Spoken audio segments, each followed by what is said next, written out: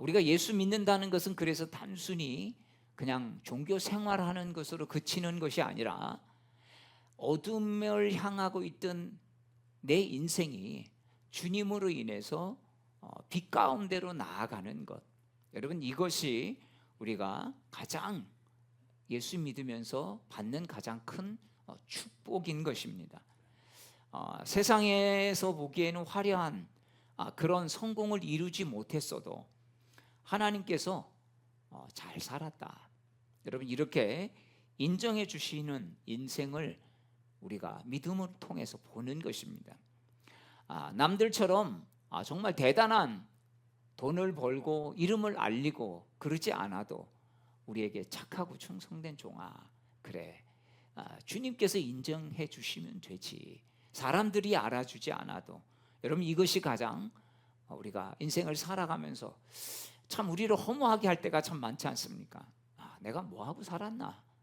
삶을 돌아보면 그 시간이 50이든 60이든 70이든 80이든 참 시간이 지나면 지날수록 내 인생이 한심하게 보일 때가 있는데, 우리가 믿음 안에서 주님을 바라보면 그래도 주님의 은혜로 살았구나 하는 것입니다.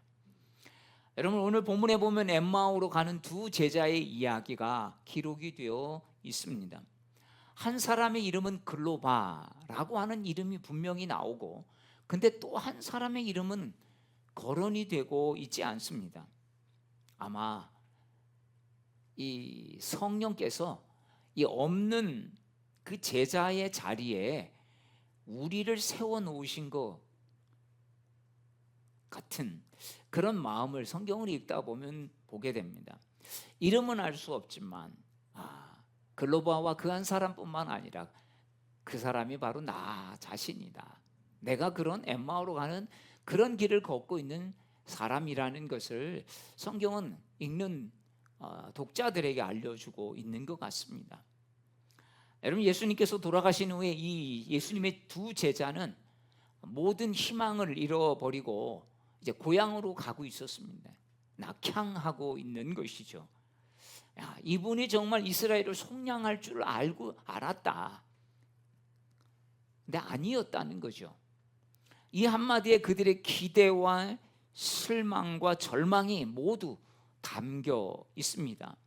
그래서 그들은 주님을 따라다니면서 함께 주님의 그 놀라운 역사를 함께 느끼고 누렸던 그 예루살렘을 떠나서 이제 고향으로 가고 있었던 것입니다. 예루살렘은 하나님이 주님과 함께 일하던 자리였지만 엠마오는 현실로 돌아가는 여러분 그런 자리라고 볼 수 있습니다. 꿈을 접는 것이고 포기하는 것이고 낙심의 길이었던 것입니다. 예루살렘에서는 정말 그 발걸음이 얼마나 힘이 찼을까요? 근데 엠마오로 가는 그 길은 한 걸음 한 걸음이 정말 힘없이, 어떻게 보면 고개 숙이고 자동적으로 그냥 힘없이 맥없이 가는 여러분 그런 길이었을 것입니다. 그런데 성경은 놀라운 사실을 증거하고 있습니다. 자, 우리 24장 말씀을 쭉 펴시고요, 우리 함께 15절 말씀을 다시 한번 읽도록 하겠습니다. 우리 15절 말씀 봉독합니다. 그들이 서로 이야기하며 문의할 때에 예수께서 가까이 이르러 그들과 동행하시나. 여기에 분명히 말씀하고 있는 게 있죠. 그들과 동행하시나. 제자들은 예수님을 떠나고, 그리고 예수님이 지금 자신들과 함께 있지 않다고 생각을 했지만, 오늘 성경은 분명하게 우리에게 알려주고 있는 것이 있습니다. 예수님은 이들을 떠나지 않았다는 것입니다. 제자들은 주님을 등지고 지금 어떻게 보면 도망가고 있었지만, 주님은 제자들을 향해 찾아오셨다는 것입니다.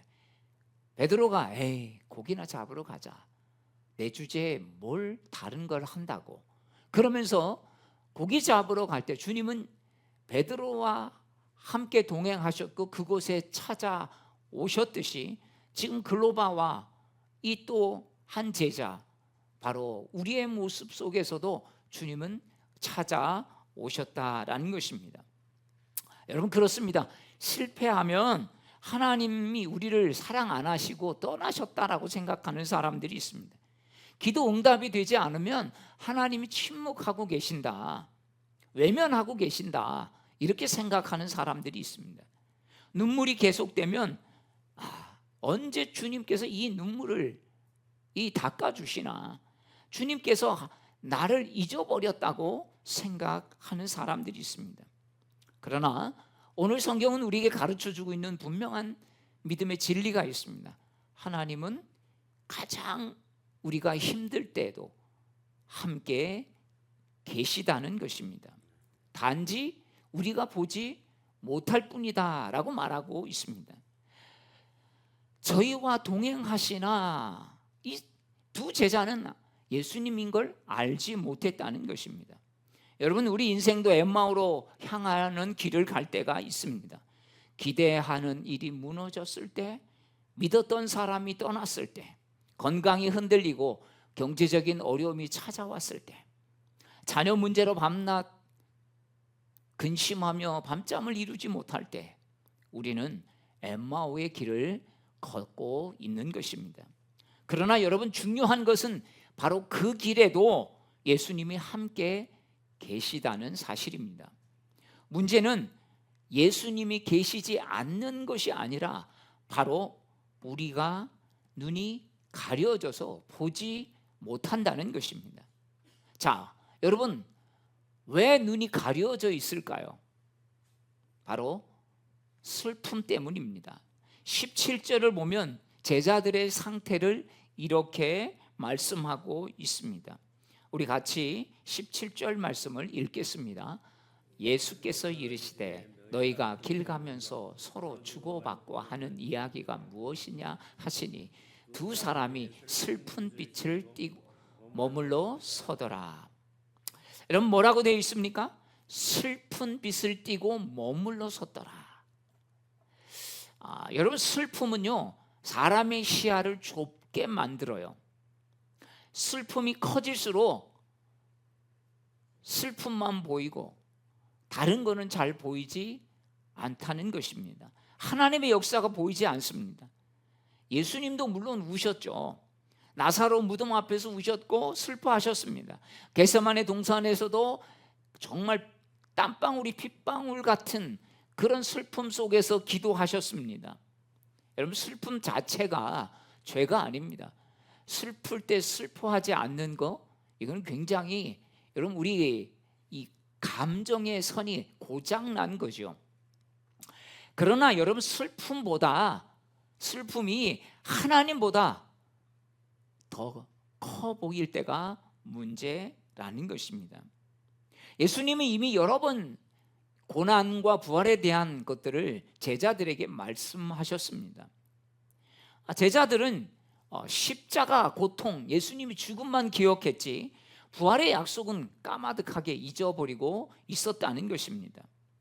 우리도 슬픔에 붙잡히면 하나님의 약속보다는 여러분 현실만 보게 되어 있습니다.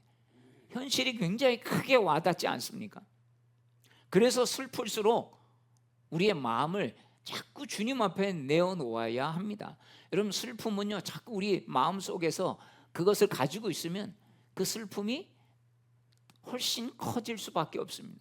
마치 조그마한 여러분 것도 굴리면 어떻게 됩니까? 눈덩이처럼 커지죠. 여러분, 슬픔도 똑같습니다. 주님은 우리의 슬픔을 결코 외면치 않습니다. 오히려 우리를 슬픔 속에서 일으켜 주시고 다시 걸어갈 힘을 주신다는 사실입니다. 여러분, 이것이 가장 주님을 믿는 가장 큰 복입니다. 여러분, 돌아보십시오.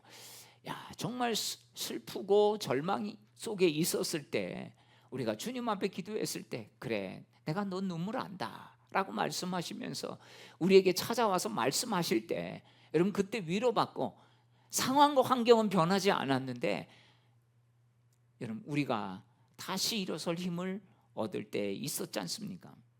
주님은 결코 우리의 슬픔을 외면치 않으신다는 사실을, 여러분, 이 믿음을 꼭 가지시길 바랍니다. 제자들이 붙잡혀 있었던 것은 또 이 슬픔만이 아니었습니다. 바로 잘못된 기대 때문이었습니다. 두 제자는 예수님을 믿었지만 자신이 생각하는 메시아를 기대했던 것이죠. 어떻게 보면 동상이몽이었습니다.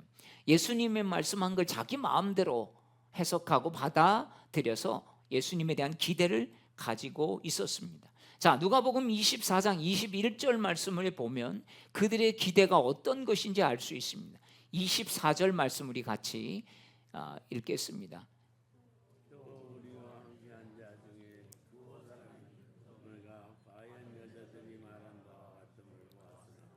예수는 보지 못하였다.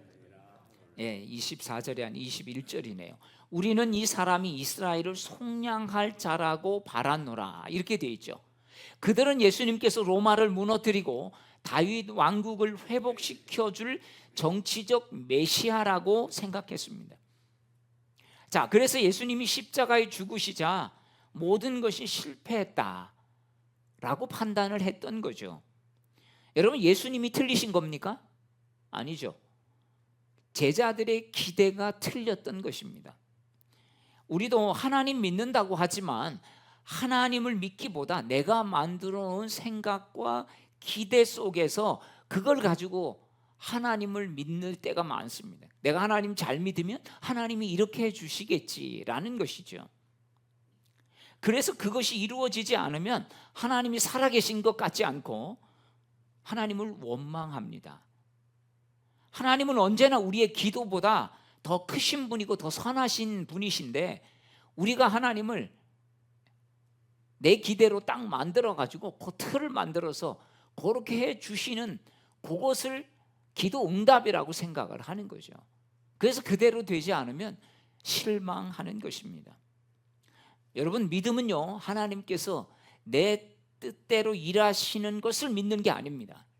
하나님께서 언제나 가장 선한 방법으로 선하게 일하신다라고 하는 것을 믿는 것이죠.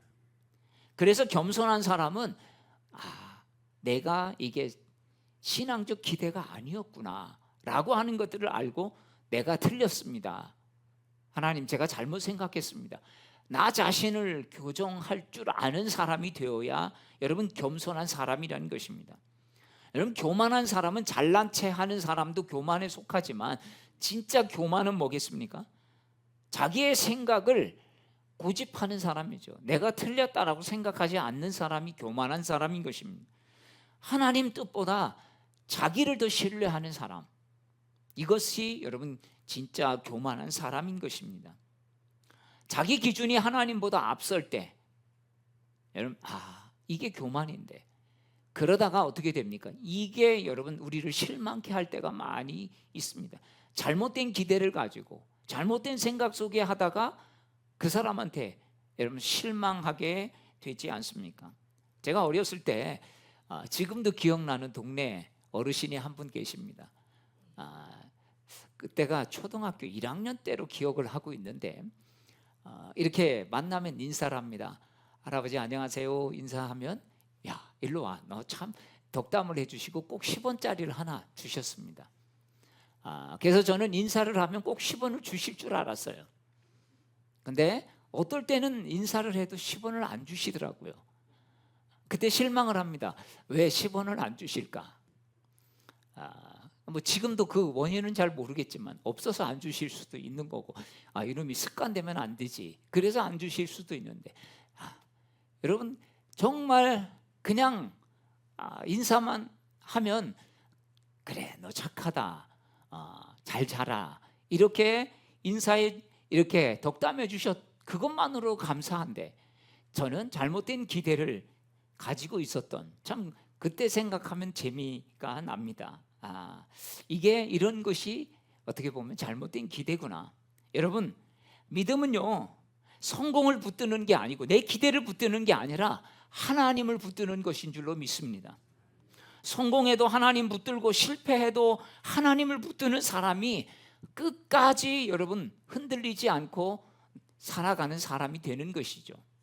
성공하면 하나님 멀어지고 떠나고, 좀 어려울 때 와서 하나님 붙들려고 하면 또 안 되고, 여러분 어떤 상황에서도 성공해도 또 실패해도 어려워도 잘 나가도 평안해도 또 평안하지 않고 참 인생이 불편하도 여러분 끝까지 하나님께 의지하는 사람인 것입니다. 그리고 미련함 때문에 또 이들은 실망한 것을 볼 수 있습니다. 예수님은 제자들을 향하여 이렇게 말씀하죠. 미련하고 선지자들이 말한 것을 모든 것을 마음에 더디 믿는 자들아.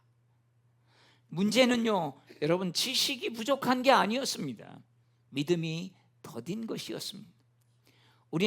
우리도 하나님 말씀 다 알고 있죠. 근데 걱정이 너무 커서 말씀을 보지 못하고 염려가 너무 커서 하나님이 일하심을 보지 못할 때가 참 많습니다. 그런데도 하나님 우리를 포기하지 않으시고 사랑하시죠. 자, 예수님이 이제 곧바로 자신의 정체를 이렇게 밝히셨으면 좋았을 텐데 자신의 정체를 밝히지 않고 오히려 질문을 던집니다. 너희들은 지금 가면서 무슨 이야기를 하고 있냐? 주님은 이미 다 알고 계셨습니다. 무슨 이야기를 하고 있는지, 어떤 실망이 이들을 이렇게 엠마오로 정처 없이 가게 만들었는지를 말입니다. 그런데도 물으시는 이유가 있는 거예요. 상처 입은 사람은 먼저 자신의 이야기를 해야 하는 것입니다. 우리가 상처받으면 그것을 안으로 꼭꼭 싸매고 있습니다. 그러면서 안에서 계속 곱씹죠. 여러분 상처를 아픈데 덮으면 어떻게 됩니까? 곰죠. 여러분 똑같습니다. 그것들을 자꾸 이야기하면서 여러분 그 안에서 나의 진짜 모습을 봐야 하는 것입니다. 주님은 가르치기 전에 들어주셨고 책망하기 전에 공감해 주셨고 말씀하기 전에 그들을 함께 따라가면서 함께 동행해 주셨습니다. 여러분 이것이 주님의 사랑의 방법이에요. 우리에게도 동일하게 말씀하시는 것입니다. 여러분 우리도 누군가를 위로할 때 어떻게 해야 합니까? 먼저 들어주는 사람이 되어야 되는 거예요. 가서 이래라 저래라 이거 틀렸다 저거 틀렸다 여러분 이걸로는 해결이 되지 않는 것입니다. 여러분 좋은 친구는 앞에서 막 끌고 가는 사람이 아닌 것을 우린 잘 알고 있습니다. 그냥 옆에서 함께 걸어가 주는 친구. 여러분 이 사람이 좋은 친구 아니겠습니까? 예수님이 우리의 좋은 친구가 되어주신다. 오늘 엠마오로 가는 이 두 제자의 이야기에서 우리에게 보여주고 있습니다. 예수님의 동행은 위로만 주는 동행이 아닙니다. 예수님은 모세와 선지자의 글을 풀어주시면서 깨닫게 해주시는 분이십니다. 여러분 왜 말씀을 풀어주셨을까요? 환경보다 말씀 해석이 정말 우리를 변화시키기 때문입니다. 환경보다 이런 그 말씀에 대해서 우리가 깨달을 때 우리에게는 돌이킬 믿음이 있는 것이죠. 여러분 십자가는 그대로 있습니다. 예수님이 돌아가신 게 어떻게 바뀌어지지 않습니다. 무덤도 그대로 있습니다. 로마라고 하는 정말 절대 강국에 어려움을 주는 거대한 세력도 그대로 있었습니다. 그러나 말씀을 깨닫는 순간 제자들이 삶이 바뀐 거죠. 실패라고 생각했던 십자가가 실패가 아니고 하나님의 구원의 계획의 일환이었구나 라고 하는 사실을 깨닫게 될 때 우리는 절망에서 갑자기 소망이 생겨지는 것입니다. 여러분 우리도 말씀을 통해 세상을 다시 보게 되지 않습니까? 절망을 이기는 힘은요 환경이 아니라 여러분 하나님의 말씀임을 믿으시기 바랍니다. 성경의 말씀을 깨닫고 인생이 바뀐 사람들이 참 많이 있습니다. 요시야 왕이 성전 수리하다가 율법책을 발견하죠. 그 율법책을 읽는데 우리가 하나님 말씀대로 이렇게 살지 못했구나, 우리가 무지했구나 라고 깨달으면서 회개하면서 많은 사람들에게 여러분 회개의 그런 선포를 하게 되죠. 나라를 개혁합니다. 에디오피아 내시아는 이사야 말씀을 알지 못했는데 그걸 깨닫고 돌아가서 정말 놀라운 삶을 살게 되지 않습니까?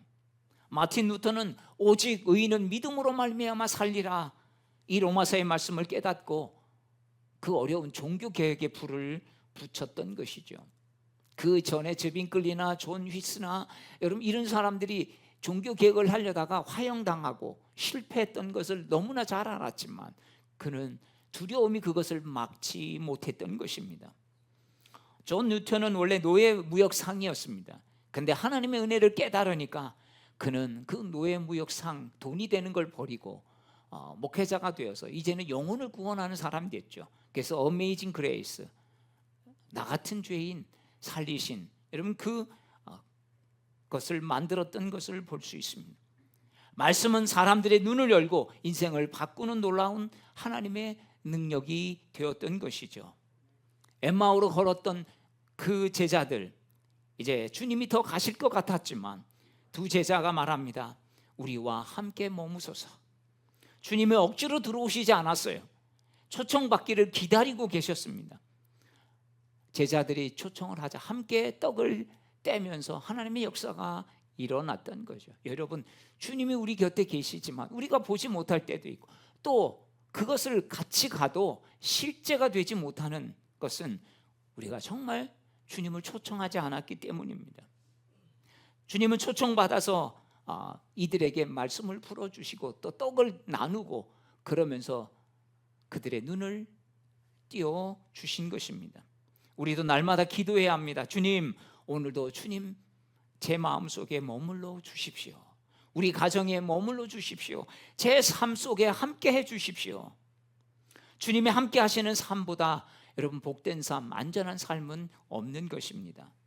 식탁에서 예수님과 떡을 떼는 순간 눈이 열렸습니다. 그리고 서로 말했죠.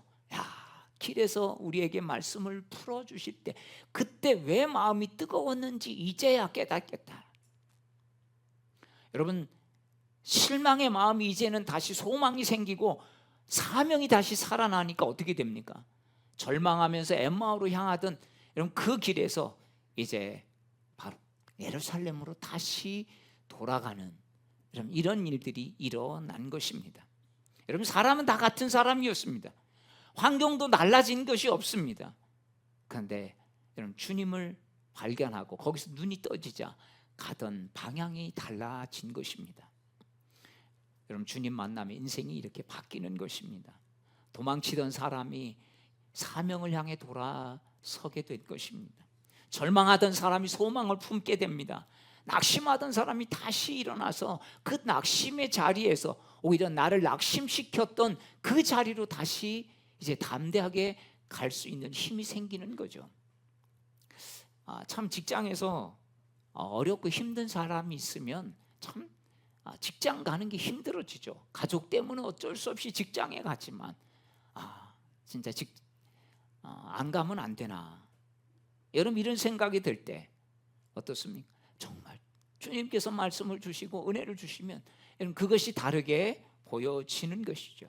그것을 통해서 그 사람을 품을 힘이 생겨지는 것입니다. 여러분, 인생에서 가장 큰 축복은 문제가 없는 것이 아닙니다. 주님께서 날마다 우리 삶 가운데 걸어주시고 우리를 깨닫게 하시고 우리의 눈을 열어주시는 것입니다. 때로 기도해도 침묵하시는 것처럼 느낄 때도 있습니다. 그런데 그때도 기도하고 또 정말 힘들고 어려운 상황 속에서도 나를 도와주시지 않는 것 같을 때에도 여러분 나와 동행하시는 그 믿음으로 나아가는 것입니다. 시편 23편에서 다윗은 푸른 초장 쉴 만한 물가로 인도하신다라고만 하시지 않았습니다.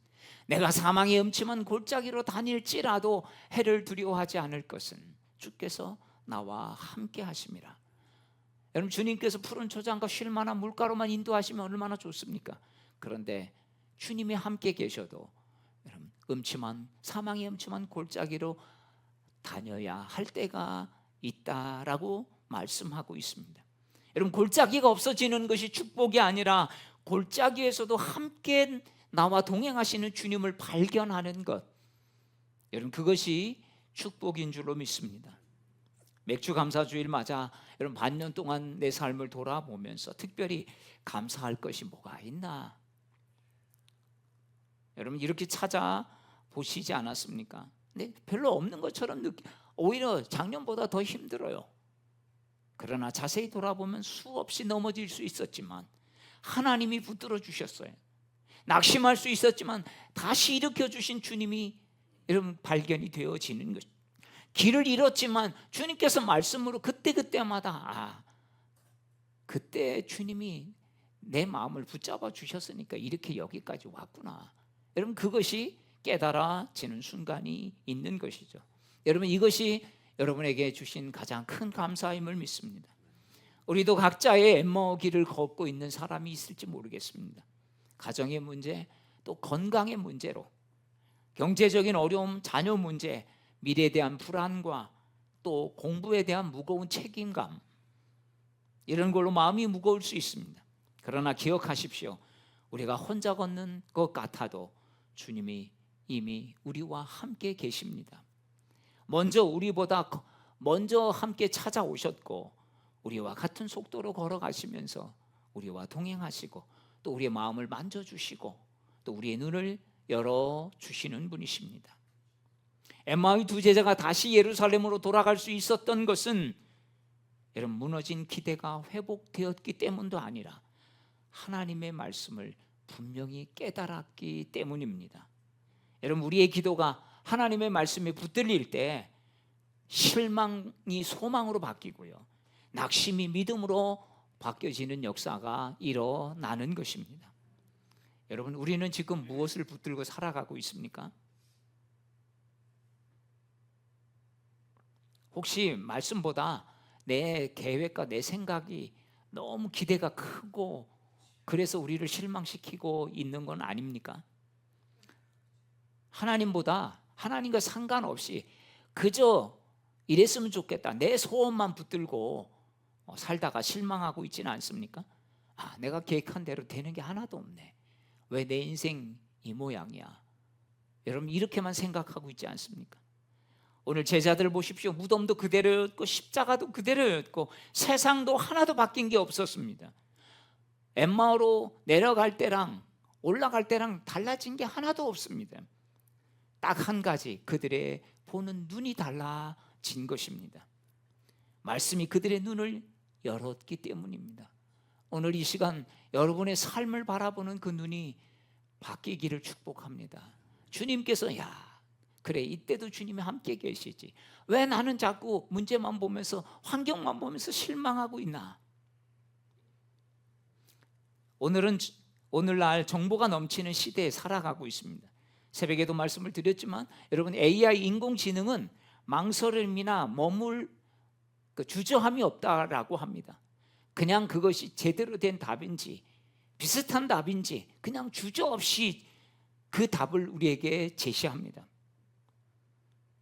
그런데 어떻습니까? 우리 믿음의 사람은요, 단순히 답을 막 내놓는 사람이 아닌 거죠. 때로는 정말 고민 때문에, 어려움 때문에 멈출 줄도 알고, 때로는 기도하면서 돌아볼 줄도 알고, 이렇게만 달려가면 안 되지, 하나님의 뜻을 기다릴 줄도 아는 사람인 것입니다. 무슨 말을 하다가도 잠시 머뭇거려서 이게 하나님이 기뻐하시는 말이 아니지, 또 내 생각도 잠시 멈추고, 생각은 자유가 아니야, 이 생각은 나를 제대로 살게 하지 못해, 나를 병들게, 내 마음을 병들게 해. 내 마음에 주는 영양제는 내 생각이 아니라 하나님의 말씀이야. 여러분, 이것을 깨닫는 것입니다. 십자가 앞에서 내 생각과 내 감정과 내 자존심을 내려놓을 때 하나님께서 우리의 마음을 새롭게 해주실 것을 여러분 믿는 것입니다. 십자가는 다른 사람을 판단하는 것이 아니라 나 자신을 돌아보는 자리이기 때문입니다. 사랑하는 여러분, 우리 믿음의 사람은 내가 지금 생각하는 거, 느끼는 거, 이런 것들을 계속 십자가 앞에서 점검해야 합니다. 내가 진짜 믿음의 생각을 하고 있고 믿음의 말을 하고 있고 지금 하나님께서 기뻐하시는 건가? 혼자 막 하루아침에도 막 별 생각을 다 하면서 거기에 시달리면서도 이게 뭐가 잘못된지 모르고, 왜? 그렇게 살아왔으니까. 근데 여러분의 감정조차도 이게 옳은 게 아니고 하나님 앞에서 다스림 받아야 하는 감정, 지금 아무리 분노가 있어도, 지금 아무리 절망이 있어도 하나님 앞에 다루심을 받을 때 새로운 눈이 열려져서 주님께서 보게 하시는 것, 듣게 하시는 것을 보고 나아갈 줄로 믿습니다. 여러분, 그래서 말씀을 가까이 하십시오. 내 생각을 여러분 자꾸 절대시하지 마십시오. 말씀을 가까이 하는 사람이 길을 찾게 되는 줄로 믿습니다. 말씀을 붙드는 사람이 다시 일어설 줄로 믿습니다. 왜? 거기에서 소망이 발견이 되니까 말씀에 순종하는 사람이 하나님의 뜻을 경험하게 된다는 것입니다. 보이지 않을 때도 주님 나와 함께 계시지. 내가 넘어졌을 때도 붙들어 주시지. 낙심할 때도 말씀으로 일으켜 주시는 그 주님을 오늘도 이 엠마오로 가는 두 제자 이야기를 통해서 우리가 깨닫고 세상이 주시는 이 것이 아니라 믿음의 은혜가 주시는 이 말씀의 능력을 통해 저와 여러분 빛된 주의 자녀의 길로 다시 나아가는, 그래서 엠마오가 아니라 예루살렘으로 올라가는 우리 모두가 되시기를 주의 이름으로 축복합니다. 우리 같이 다 함께 일어나